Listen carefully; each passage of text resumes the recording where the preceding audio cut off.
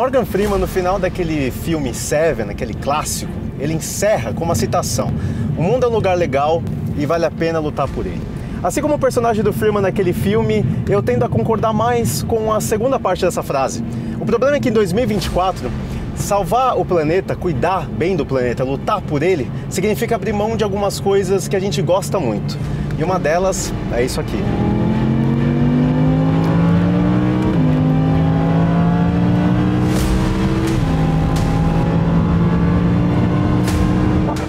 Pois é, o último R8 V10 foi fabricado em março de 2024 e vai parar no Museu da Audi para representar um tempo que já não existe mais e que dificilmente vai voltar. Junto com o R8 vai embora o motor V10 do grupo Volkswagen, porque a partir de 2026 todo novo lançamento da marca será elétrico para seguir as regras de controle de emissões dos gases poluentes que provocam as mudanças climáticas.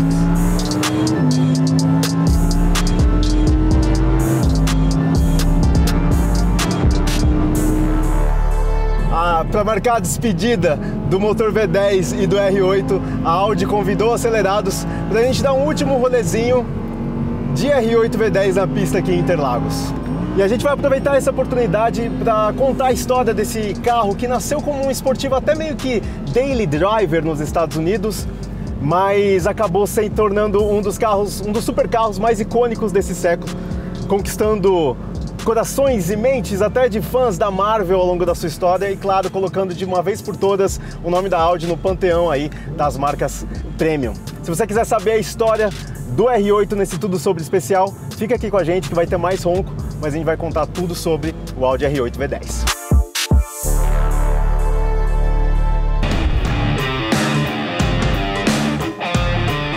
Apesar de ter nascido nesse século, a semente que originou o R8, na verdade, data dos anos 90. E foi por uma questão de sobrevivência, na verdade.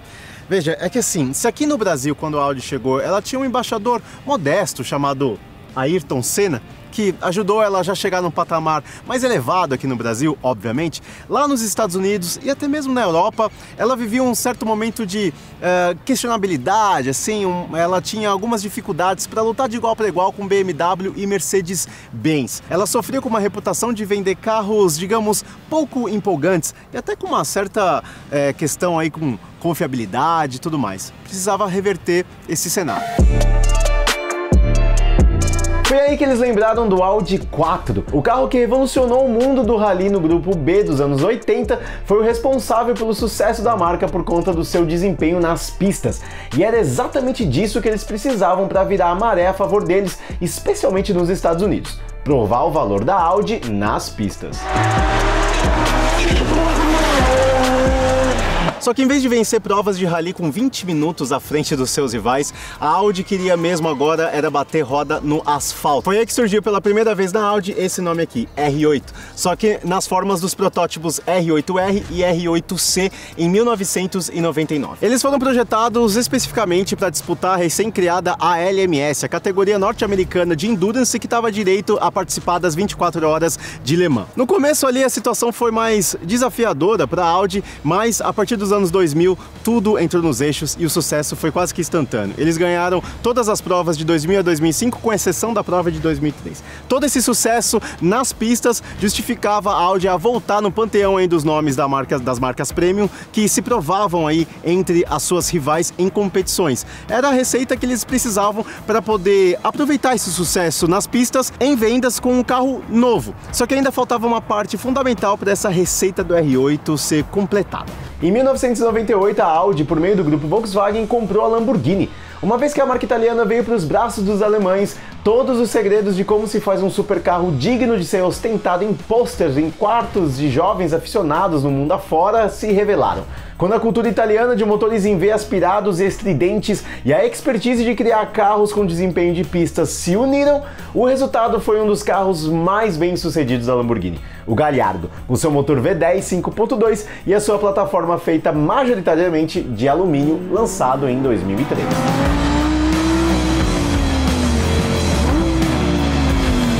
Nesse mesmo ano, a Audi já tinha decidido que também queria entrar nesse ringue dos supercarros. Foi por isso que ela apresentou para o mundo o seu conceito Le Mans, que era basicamente o mesmo visual do carro que a gente foi conhecer alguns anos depois. Só que ele tinha algumas diferenças, porque nesse conceito ele já nasceu com motor V10, só que biturbo ainda, de 610 cavalos. Esse tipo de performance só foi chegar no R8 anos depois. Ele não nasceu assim. Mas o conceito tinha essa previsão, mas já era uma tração 4, porque na verdade isso vai ser uma característica bem marcante na história do R8. O R8 que a gente conhece foi apresentado 3 anos depois no Salão de Paris, em 2006.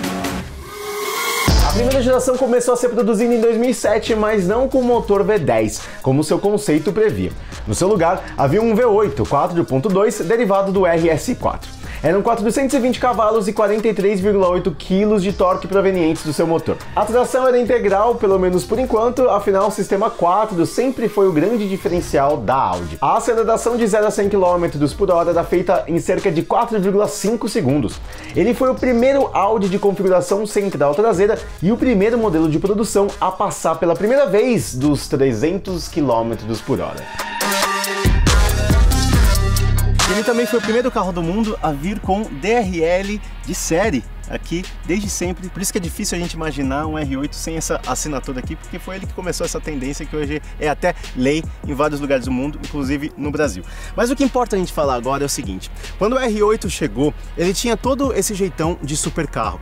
Qualquer pessoa que o visse na rua não ia ter dúvida de que ele de fato estava lá para competir com os principais nomes daquela época do mundo nesse ringue aí de supercarros. Estou falando do Porsche 911 997, Ferrari F430, Aston Martin Vantage e o próprio Lamborghini Gallardo, que era com quem ele compartilhava a plataforma. Não foi à toa que um ano depois do seu lançamento, ele seria escolhido para ser o carro do Homem de Ferro nos cinemas. Só que na prática, não era muito assim. O R8, quando ele chegou e as pessoas começaram a dirigi-lo, ele não tinha essa característica tão visceral de ser um supercarro. Na verdade, ele até tinha uma aura assim meio de esportivo para você usar no dia a dia. A própria simplicidade do interior dele mostra um pouco isso. Ele tinha várias peças que ele compartilhava, na verdade, com vários outros carros do grupo Volkswagen. Ele tinha esse quesinho mais simples para ser um super esportivo daily driver, na verdade. Porque se você tratasse ele com certa civilidade, ele poderia se comportar mesmo até como se fosse um A4 nas ruas. Mas quem comprava um R8 não estava lá muito interessado em um carro apenas para ir e voltar de casa ao trabalho. E com a opção de câmbio manual de 6 marchas com uma grelha sob medida para você achar que estava numa Ferrari e a tração integral enviesada para as rodas traseiras, o R8 se transformava em outro bicho e era nessa hora que você entendia por que ele estava brigando com uns supercarros de maior pedigree. Mas mesmo com desempenho animador, os 420 cavalos do R8 ainda deixavam ele muito mais para Tony Stark do que para Homem de Ferro. Faltava um temperinho extra para ele realmente ser super em vez de só herói. Foi quando a Audi resolveu colocar de uma vez por todas o motor V10 na linha do R8. E agora o parentesco com o Lamborghini Gallardo estava completo. Plataforma e motor 5.2 V10 aspirado chegaram no R8. Só que é verdade que no caso dele, esse motor era um pouquinho mais manso, um pouquinho menos estridente. Ele rendia 525 cavalos e 54 kg de torque, com as mesmas opções de câmbio automatizado de 6 marchas e uma embreagem só, ou o câmbio manual de 6 marchas. O motor V10 foi o primeiro passo do R8 para começar a se distanciar da sua proposta de ser um esportivo domável, com alma de supercarro, para incorporar de vez a sua vocação mais focada em desempenho. Tanto que em 2010 veio a sua primeira versão GT. A potência do motor V10 subiu para os 560 cavalos e o peso foi reduzido em 100 kg. Foram 333 unidades do primeiro carro de rua da Audi pensado para competições desde o Audi 4 de 1980. O segundo passo veio na segunda geração do R8 em 2015, que é essa geração aqui, só que antes do facelift de meia vida dela. Nessa época, ele já tinha abandonado de vez o motor V8, agora só tinha R8 V10. As potências eram de 540 cavalos ou 610 cavalos. O desempenho já estava na casa dos 3 segundos da aceleração, velocidade máxima de 330 km por hora e, a essa altura também, já tinha ido embora o câmbio automatizado de uma embreagem em favor do automatizado de dupla embreagem, o S-Tronic. O visual também mudou bastante.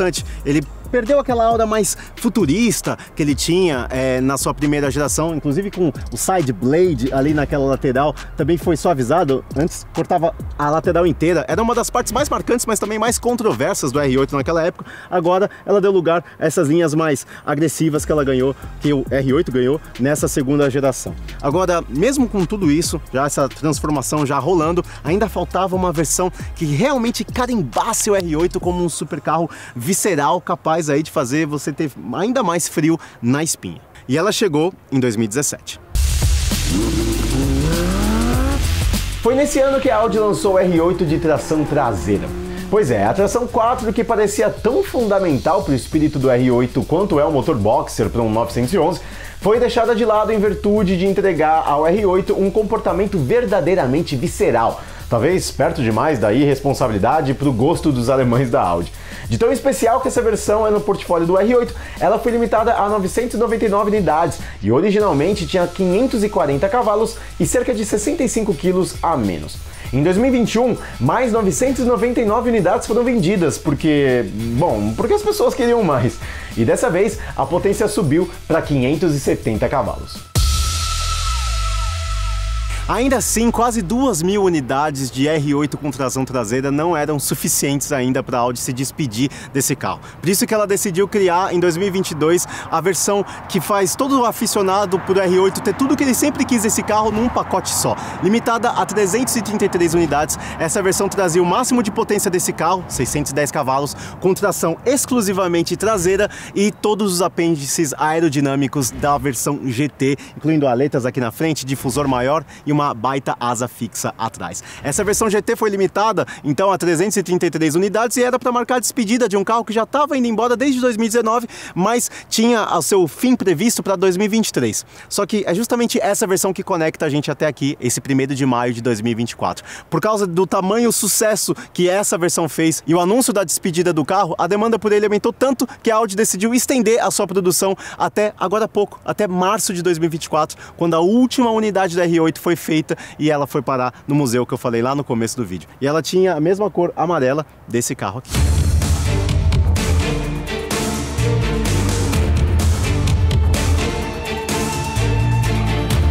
E eu falo último porque, aparentemente, junto com o motor V10, a Audi deve aposentar também o nome R8 para dar lugar ao próximo supercarro da marca, que já está confirmado que será elétrico. Não que o R8 seja estranho à eletricidade, tá? Afinal, em 2015, ele mesmo já teve uma versão elétrica, a e-tron, com 2 motores elétricos que juntos entregavam 462 cavalos e 93 kg de torque. Bom, talvez seja justamente por isso que a Audi não queira usar o nome R8 para um esportivo elétrico, já que essa versão dele vendeu apenas 100 unidades e foi descontinuada rapidinho.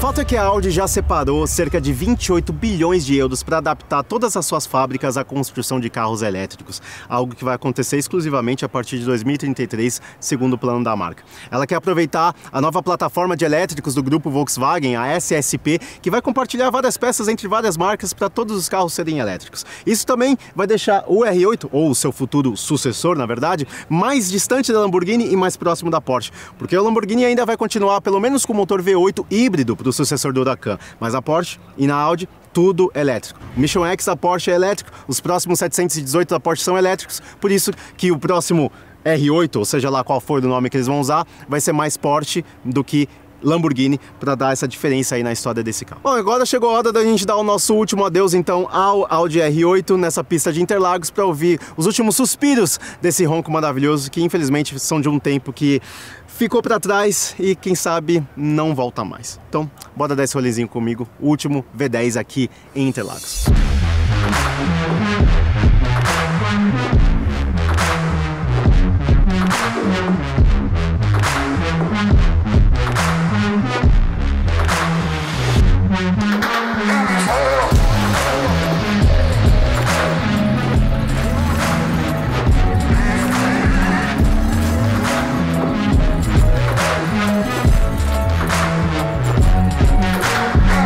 isso, voltamos aqui para a pista. A gente está num evento da Audi com clientes, então a gente não consegue acelerar muito o carro, a gente tem que respeitar aqui o comboio dos clientes que estão testando outros modelos, mas enquanto isso a gente vai falando que o último Audi R8 que foi vendido no Brasil foi dessa versão aqui, esse modelo 2022, Performance 4, motor 5.2 V10 aspirado, são 610 cavalos e 57 kg de torque. Esse carro aqui, nessa geração, nessa última aparição dele, já tinha a Auda de supercarro, já fazia 0 a 100 em 3.2 segundos e já tinha uma aceleração, aliás, uma velocidade máxima de 330 km por hora. É desempenho de supercarro, com certeza. Inclusive, se você quiser saber exatamente como ele se comporta, a gente tem 2 voltas rápidas nas mãos do Rubinho Barrichello no nosso canal, tem link na descrição para você ver o feedback dele de um supercarro. Mas agora acho que a gente consegue pelo menos aproveitar esses últimos roncos aqui em Interlagos, porque esse carro é uma delícia de guiar, o quanto ele é preciso e assim comunicativo na sua mão. Vamos ver do que ele é capaz de fazer.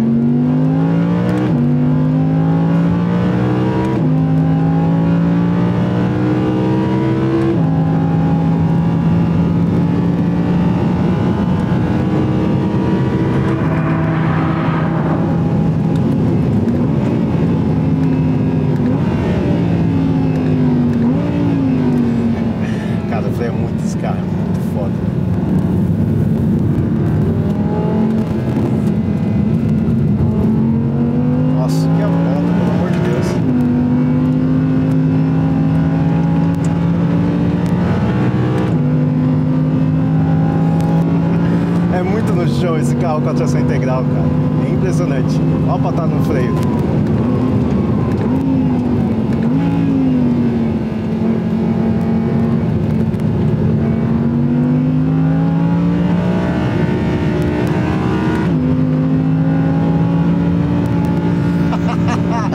Cara, não dá nem pra falar direito, porque a gente se concentra e assim, é uma sensação surreal, dificilmente a gente vai ver um carro elétrico conseguir superar, conseguir fazer com que a gente tenha essa mesma sensação da velocidade subindo. É claro que carro elétrico eu já andei, já tive a oportunidade de andar em Taycan, já tive a oportunidade de andar no e-tron, no próprio e-tron GT também. Enfim, o Tesla Model S Plaid é uma patada impressionante. Eu fiz de 0 a 245 em 15 segundos no Tesla Model S Plaid, mas não é a mesma coisa de você ser rápido numa pista. E aqui, quando a gente tem um supercarro como esse, a gente entende que velocidade não é só você sair em linha reta e atingir 300 por hora, é você fazer isso com uma confiança de entrada de curva. A tração 4 aqui, ela deixa o limite da tração dianteira, né? Aliás, as rodas dianteiras muito mais amigável para você poder explorar o carro. Tudo isso constrói essa Auda de supercarro para o R8 nesse final de vida, distanciando ele daquela pegada Daily Driver, esportivo V8 Daily Driver que ele tinha no começo. E uma curiosidade sobre o motor, esse motor V10 ele é de uma origem de Lamborghini, na verdade. Quando a Audi comprou a Lamborghini, eles tinham lá na prateleira de projetos meio que, não abandonados, mas assim, projetos que eles tinham começado nos anos 80 e que foram ficando pelo caminho. Eles pegaram essa origem para transformar, para fazer esse motor 5.10 V8, aliás, esse 5.2 V10 já com a Lamborghini pertencendo à Audi. E ele era feito, parte dele na Hungria pela Audi, parte dele era montada, né, nas partes finais em Bolonha pelos italianos. E é isso, esse motor V10 vai ser aposentado junto com o Huracan, que ainda está sendo feito, mas ele também vai sair de linha, enquanto o R8 a gente já está nessa despedida. Mas assim, é impressionante o que esse carro marcou, assim, é muito bom. Vamos ver se a gente consegue dar mais uma aceleradinha. E depois do café.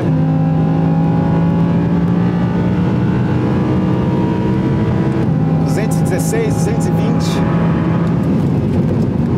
Ser conservador no freio, né, aqui. Não sou piloto. Mas o que esse carro traz de segurança pra gente poder brincar com ele é brincadeira. Mesmo não sendo piloto aqui, ó, ele deixa jogar um pouquinho a traseira. A tração 4 é sempre enviesada para as rodas de trás. Olha como ele gruda. Fazendo a curva aqui em 150, saída 160 por hora. Aqui eu dei um short shift muito cedo. Eu fico preocupado com o comboio da frente.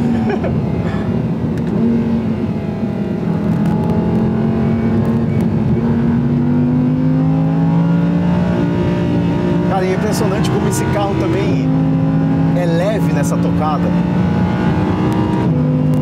O chassi dele pesa só 200 quilos, o chassi de alumínio.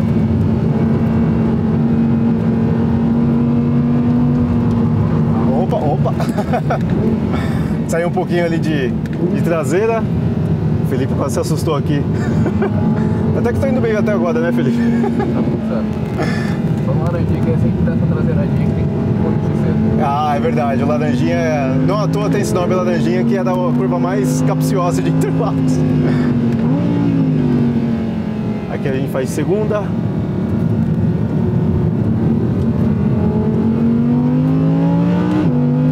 Cara, é bom demais isso.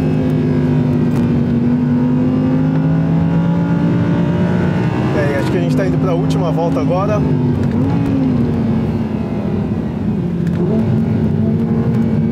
E é isso, fiquem com o ronco do R8 V10 pela última vez, nessa última volta, sem eu falar muito, sem eu interromper muito. Vamos só curtir o carro. Já deixa o like aí que eu acho que essa merece, né? Valeu!